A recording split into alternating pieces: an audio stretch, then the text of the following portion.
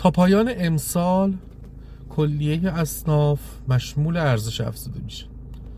این خبری بود که چند روز پیش رئیس سازمان امور مالیاتی کشور اعلام کرد.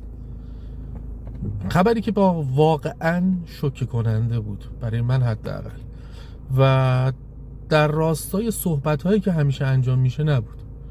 تا همین چند روز پیش، تا همین یک هفته پیش، دائما رئیس سازمان امور مالیاتی پوز اینو میداد که ما 80% کسب و کارها رو مالیاتشون رو صفر کردیم، از طریق تبصره 100 خدمات مالیاتی رو برای اونها تسهیل کردیم.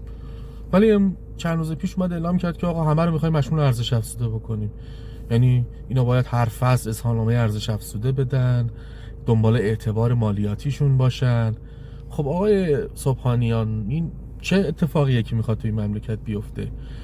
چطور میشه که ما یه جا میایم تسهیل میکنیم کاری که قراره یک بار در سال انجام بدن، بعد میایم از سمت دیگه کاری که قراره 4 بار در سال انجام بدن رو بر گردنشون میذاریم؟ با این اقتصادی که امروز داریم، با این وضعیت معیشتی که امروز مردم دارن، میخوایم بیایم باز کالاها رو گرون کنیم، 10% ببره رو کالاها به هوای این که کسبه دارن ارزش افزوده از مردم میگیرن. این سیاست‌های مالیاتی شما، این سیاست‌های اقتصادی شما اصلا برای ما شفاف نیستش. چرا یک بار دم از تسهیلگری میزنید، یک بار دیگه باری بر دوش کسبه اضافه میکنید؟ خواهش میکنم بیاد یه بار پاسخ بدید، یک بار شفاف با مردم صحبت کنید که بالاخره قراره تسهیل ایجاد کنید برای زندگی مردم و کسبه، یا قراره که دردسر جدید ایجاد کنید؟